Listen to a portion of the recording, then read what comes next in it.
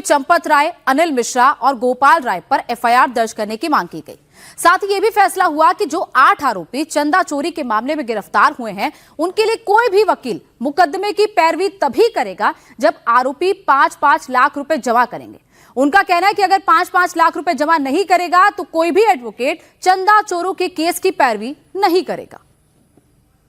हमारे साथ हैं सर, क्या फैसला हुआ है? जो 8 लोग गिरफ्तार हुए हैं, क्या बार एसोसिएशन की तरफ से उन पर कोई फैसला लिया गया? बार एसोसिएशन की तरफ से कहा जा रहा है कि they are not guilty person is, ये पकड़ से बाहर हैं और इन पर एफआईआर होनी चाहिए। जो लोग पहले से दोषी हैं, जिनके ये लोग नुमाइंदे केवल दाखिल किए गए हैं, जो जेलों में पहुंच गए हैं, बड़े लोग सब बाहर हैं, जिसमें 3 लोगों का नाम लिया गया, चंपक राय और गोपाल राव और अनिल मिश्रा। और नृपेंद्र मिश्रा जी को सीईओ बनाए जाने पर विरोध भी जताया है, क्योंकि गवर्नमेंट की मंशा उसी ओर उंगली जा रही है। एफआईआर उनके खिलाफ संघ दर्ज कराएगा और आगे चल करके मुकदमा भी लिखाएगा। एफआईआर नहीं दर्ज हुई तो मुकदमा दर्ज कराएगा, पैरवी करेगा, सीबीआई की मांग करेगा और इन लोगों का प्रोसिक्यूशन सपोर्ट करके 15 की कमेटी उनका विरोध करेगी कि वो जेल से बाहर ना आने पाए। 8 लोगों के पक्ष में क्या वकील नहीं खड़े होंगे? अयोध्या खड़े होंगे वो लोग जो चाहते हैं खड़े होना। इतनी बड़ी कई करोड़ों में क्या अभी तो यही पता नहीं का कितने अमाउंट की चोरी है, तो कम से कम 5 लाख रुपए पर हेड वकील लाके यहाँ जमा करेंगे प्रमोशनल अमाउंट, और उससे प्रोसिक्यूशन की पैरवी होगी, उनको अधिकृत कर दिया जाएगा। आप चलिए पैरवी। ये पैसे कहाँ से आएंगे? पैसे वो लोग अपने अच्छा, जो आरोपी है वो कम से कम 5 लाख पर हेड और हैं, वो तो 5 लाख तो दे ही सकते हैं। वो 20 लाख ले ले, हमारे 5 लाख संघ को प्रमोशनल अमाउंट दे, जिससे हम अपने प्रोसिक्यूशन की पैरवी करें और हाई कोर्ट और सुप्रीम कोर्ट तक रीट करें। एसआईटी जांच के आधार पर एफआईआर दर्ज हुई है, क्या उस एसआईटी जांच को लेकर भी बार एसोसिएशन में कोई? SIT inquiry is fully governed by the state government, and if the SIT inquiry be not constituted at that time by the state government, then CB inquiry was under the order by the central government. तो SIT की जांच that is not a confirmed situation, because ये जानबूझ करके जहां चोरी हुई वहीं के मालिक ने उसको तय कर दिया।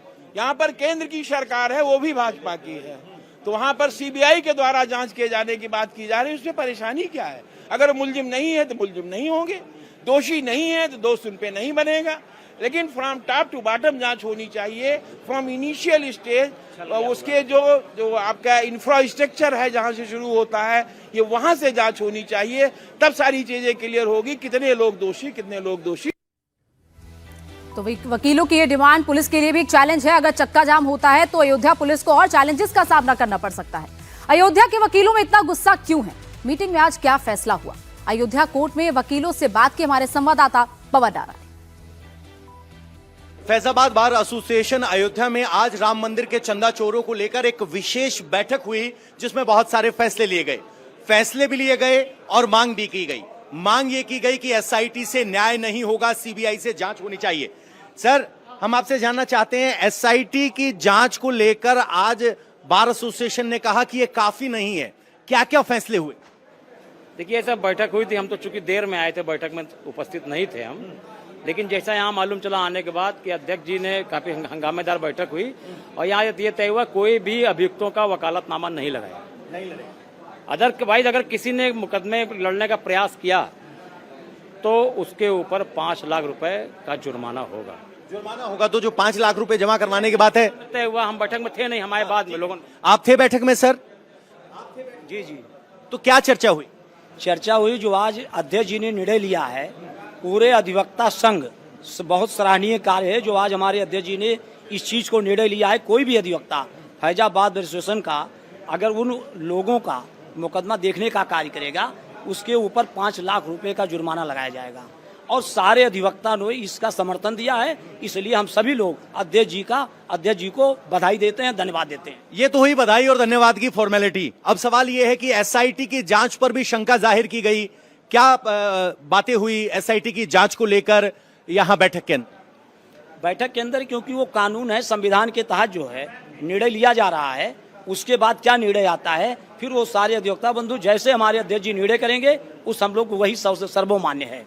सर्वमान्य है।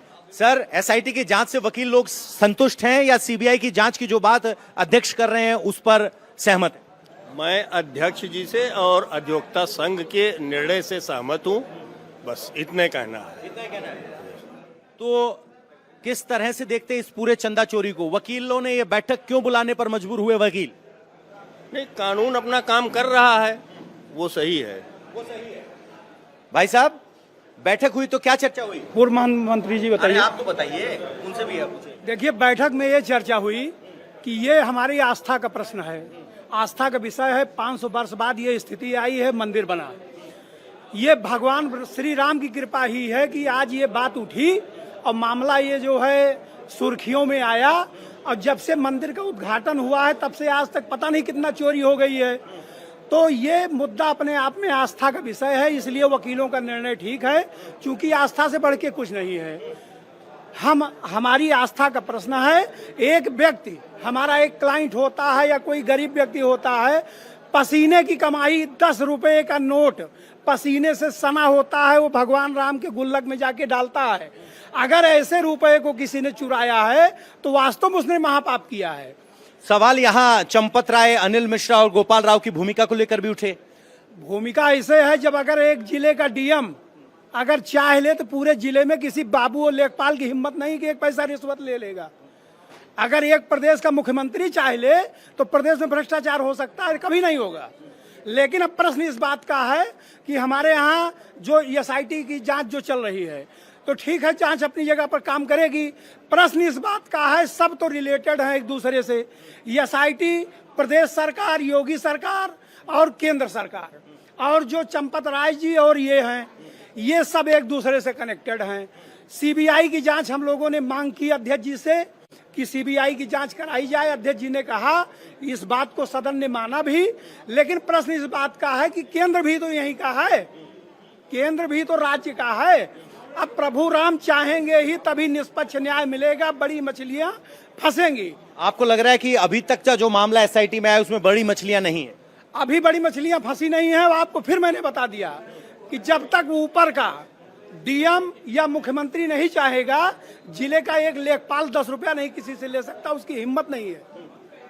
सर, प्रस्ताव तो ये भी पास किया गया यहाँ पर कि इन तीनों के खिलाफ जिनका नाम लिया जा रहा है, अनिल मिश्रा, चंपत राय, गोपाल राव, एफआईआर दर्ज होनी चाहिए। इस तरह की क्या तर्क यहाँ रखे गए वकीलों की इस बैठक में?